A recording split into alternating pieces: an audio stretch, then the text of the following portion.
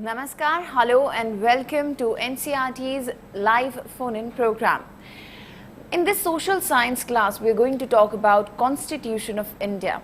Well, we know that Constitution of India was written long back and it's a long one. And I don't think every one of us knows all the laws which are written over there, but there's a lot to learn about the Constitution of India. So this is one of the chapters in your geography class, and this is for all the 8th class students. You're watching us live on PM eVIDYA channel number 8.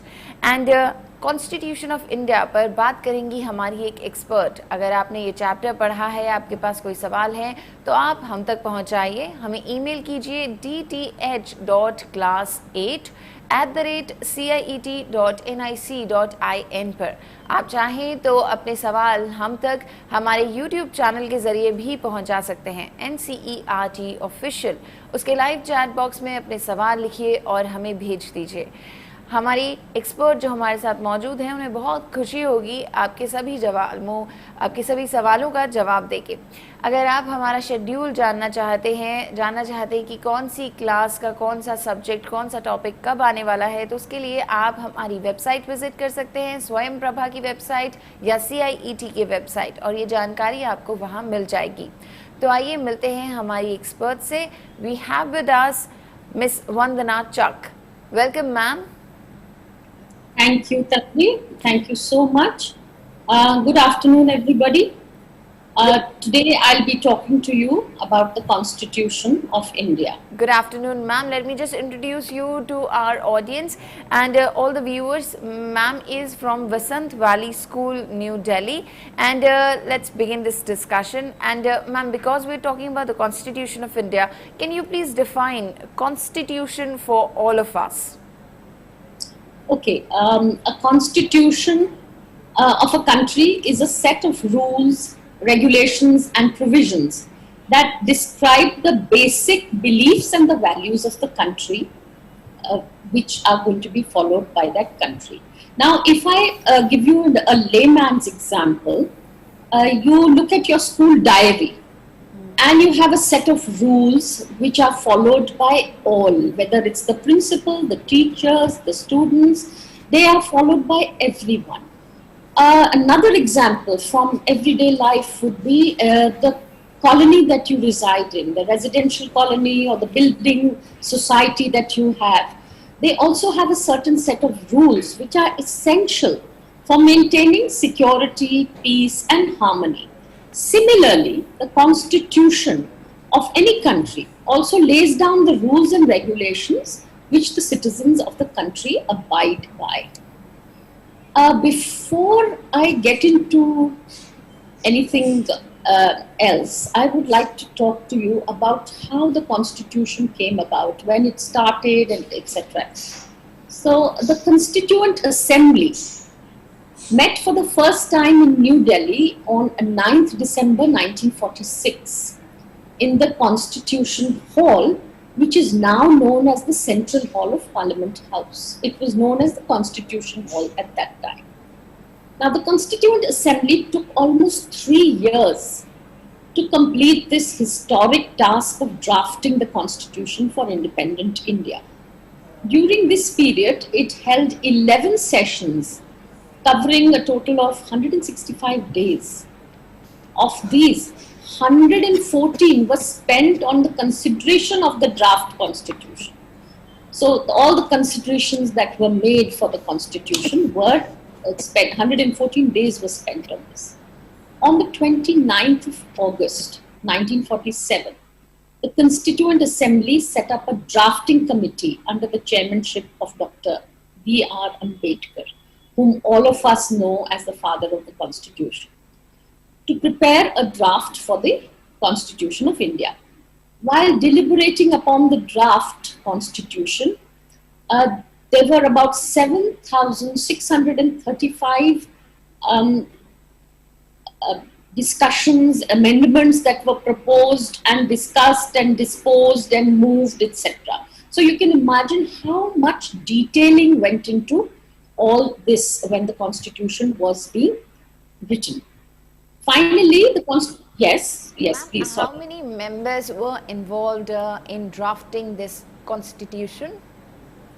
There were two, actually, earlier there were 300 odd members. Then when Pakistan got divided from us, we were left with 299 as far as I remember, members who were part of this Constituent Assembly. Okay. And Now, ma'am, I mean, although we are talking about the constitution of India, does every country has their own constitution? yes, most countries have their own constitution unless they are a monarchy, which is a monarchy does not need to have a constitution because you have to follow the dictates of the monarch. Okay. So most countries of the world have a constitution in some form or the other. That is okay. So then the Constitution of India came into force on the 26th of January 1950. On that day, the Assembly stopped existing. That is, the Constituent Assembly stopped existing and transformed itself into a provisional Parliament of India until a new Parliament was constituted in 1952. Now, why is it necessary? Why was it necessary to make a constitution? As I've already told you in the beginning, it basically guides us along with the laws, and things are more organized. Also, we noticed that at the time of independence, the Indian society was plagued by a lot of problems of backwardness, social inequality in terms of caste, religion, wealth, and gender. So in order to eliminate such inequalities, independent India adopted a democratic form of government. And even before India gained independence, our leaders had realized that to establish a good democracy, there was need for framing a constitution which would clearly define the rights of every citizen. For democracy to succeed, all citizens have to enjoy equal rights. So that was the basic bottom line of why we needed to formulate a democratic constitution. Now, what does a constitution, what does the constitution do for India? I'm talking in context of the Indian constitution. So it is important because it clearly defines the powers and the functions of the elected representatives who govern the country and the rights of the citizens.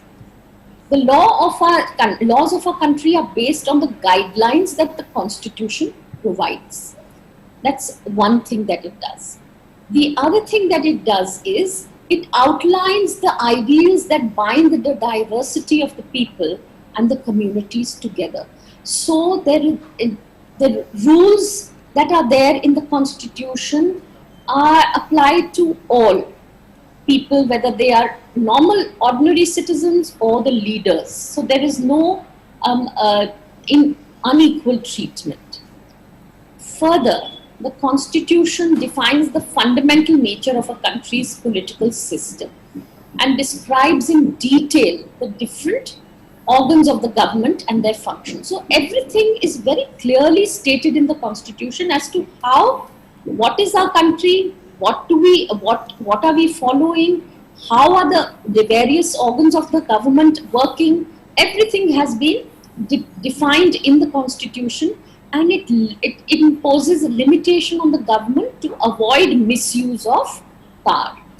So that is very important. Then we also see that a constitution establishes a rule of law. No person can be above the law. This rule of law is that everybody is equal. People in powerful positions cannot misuse their power. No domination of majority over minority is permitted. It also provides special provisions for the upliftment of certain sections of society who are socially and economically backward. If you remember, we needed a constitution to uplift our backward classes economically and socially. That is why the constitution has very clearly got provisions made in it for the upliftment of these sections of society. The constitution also guarantees the right to equality to all citizens under the fundamental rights that we will be talking about a little later. So there can be no discrimination on grounds of gender, religion, caste, or race. Another thing that the Constitution gives us is that the government has to adhere to the Constitution. It will pass laws through the Parliament to help the backward classes, to get rid of the unjust social practices, which may be the caste system, maybe untouchability, which we have actually made laws for, and we have been able to move away from to some extent. Now, before we get into the Constitution, I just want to talk about the preamble of the Indian Constitution. The preamble is an introduction to the Constitution and contains fundamental values, philosophies, aims and objectives on which our Constitution is based. The preamble serves two purposes. It indicates the source from which the Constitution gets its authority, and it also states the objectives the Constitution seeks to establish and promote. So very clearly, it gives us, it is telling us that where is the source from which the Constitution gets its authority, and it tells us the objectives of the Constitution. Let's go into a little more detail about the preamble. The preamble declares India to be a sovereign, socialist, secular and democratic republic. So these are the 5 words which I will just a little later explain.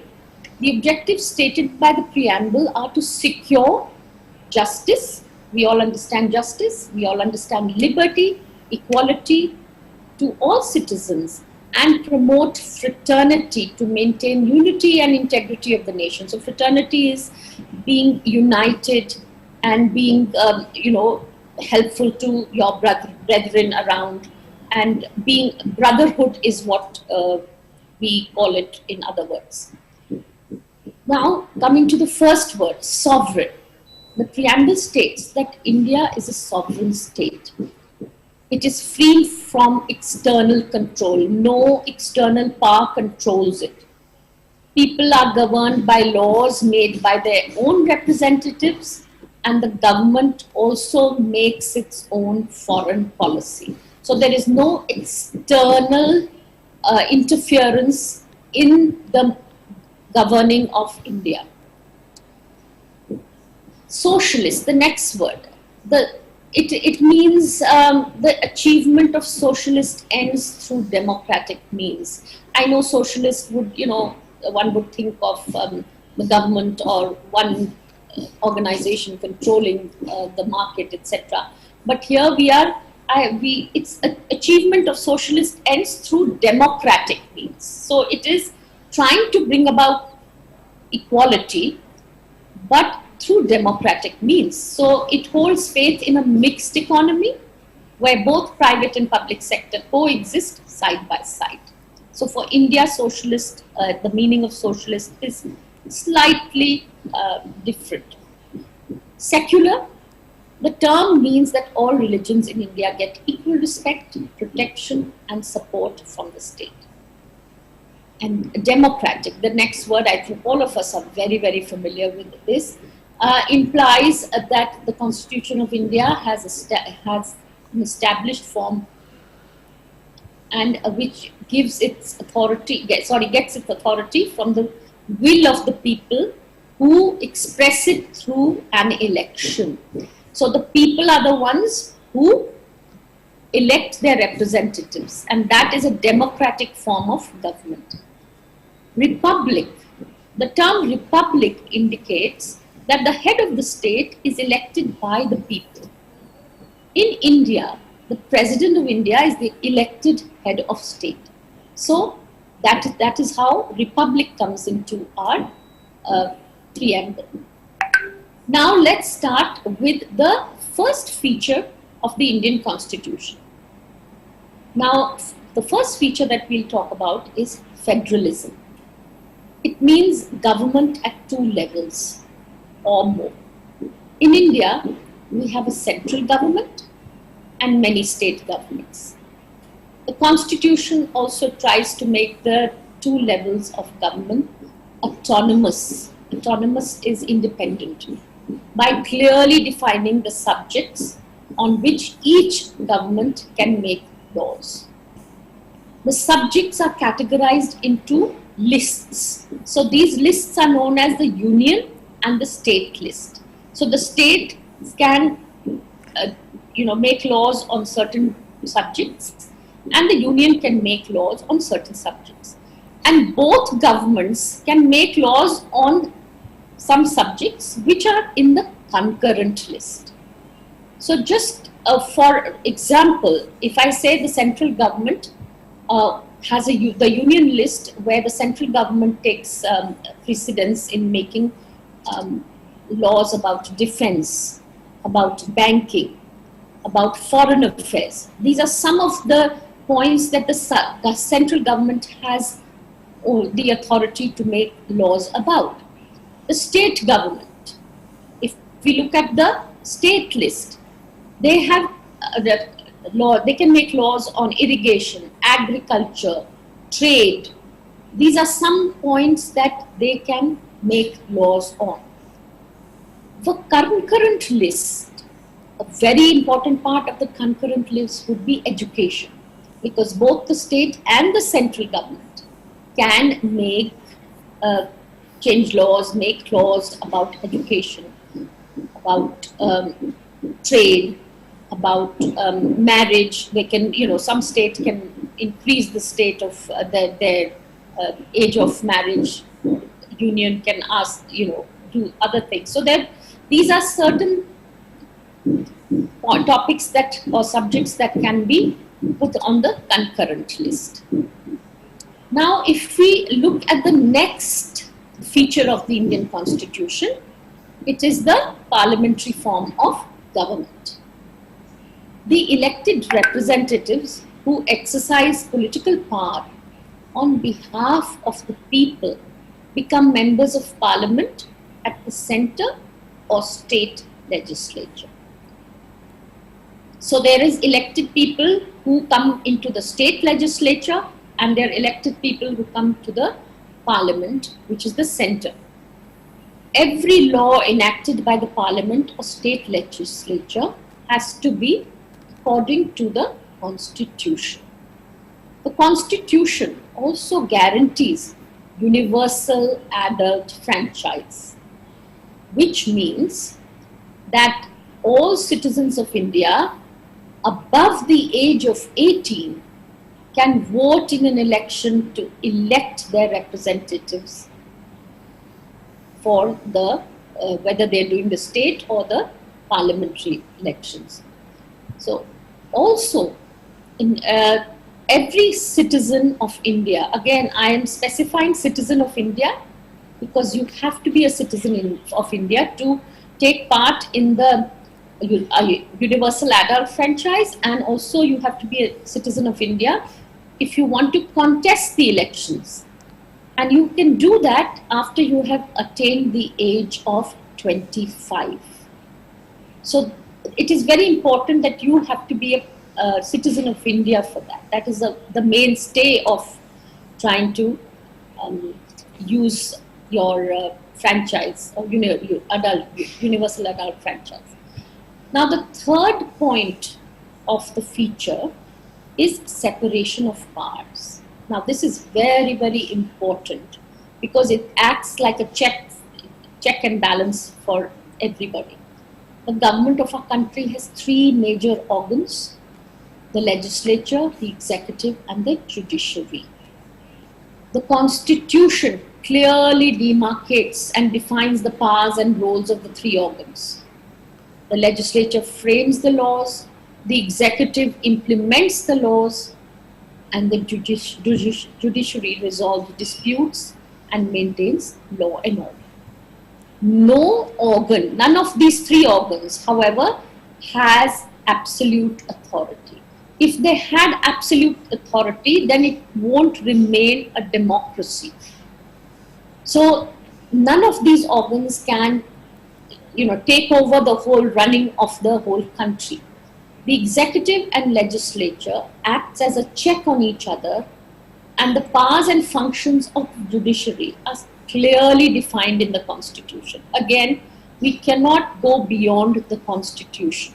So you know what your power is, you know how much you can deal with.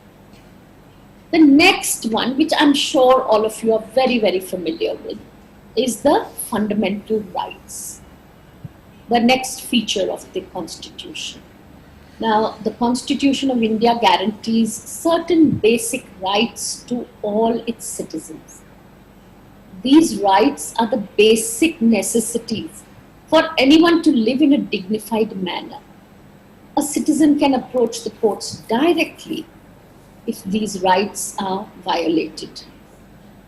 These rights I am going to now talk about each one, and after this I'll just list them out to begin with. Right to equality, right to freedom, right against exploitation, right to freedom of religion, cultural and educational rights, right to constitutional remedy. Now, when we talk about right to equality, I think all of us are very clear on that. The right to equality ensures that equality before the law and equal protection to all citizens. So everybody should be equal before the law, and there should be equal protection to all citizens. It should not go according to whether you belong to this caste or that caste, or whether you are rich or you are not so rich. So it has to be equal for all. Right to freedom of speech, and so right to freedom has many little sub parts to it, which is, one is freedom of speech and expression. Okay. The freedom to... Though we're enjoying understanding about the Constitution of India, we have last a couple of minutes left for this session to end. Okay, oh my God. Then to assemble peacefully without arms, to form associations or unions, to move freely throughout the country, to reside and settle in any part of the country, to practice any profession or carry on any occupation, trade or business. So you have the freedom to assemble, you have the freedom to form your associations, you have the freedom to settle in any part of the country. So there's a lot to right to freedom. Right against exploitation, any citizen can stand up against any kind of exploitation that he or she might be subjected to. Right to freedom of religion, it guarantees every citizen of India freedom to follow the practice of any religion of his or her choice. And there should be not, should not be any, stopping of that. Cultural and educational rights. This right seeks to uphold the rich heritage of India that we have, the cultural diversity that we have, the languages we speak, the food, the different kinds of costumes, the different kinds of, things that we do. No small cultural group should feel that they are being discriminated against. So these small cultural groups can use this right to, if they feel that they are being discriminated against. Then of course there's right to constitutional remedies, where any citizen can go to the court if they feel their fundamental rights are being denied. There's, however, in one thing, there's right to constitutional remedy is suspended in certain special circumstances, such as a national emergency. There is something that accompanies these fundamental rights, which are fundamental duties. So these fundamental duties tell us to abide by and respect the Constitution. I had listed out some, but I don't think we're running out of time, so I will not mention them. But these fundamental duties tell us that we need to respect the Constitution, and absolutely, they are, yeah. So Then there is that. Like you said, that we need to respect the constitution, and you too said that we don't have any more time. So let's finish the session on this point. Thank you so much, and for the entire conversation, for your time, and for making us understand about the Constitution of India even better. Thank you. Thank you. Thank you so much. Thank you to all the participants, to all the viewers for watching this session. Keep on watching our sessions. We're coming back with our special live phone-in program, webinar on ICT tool in a few seconds. So stay with us, don't go anywhere. Namaste.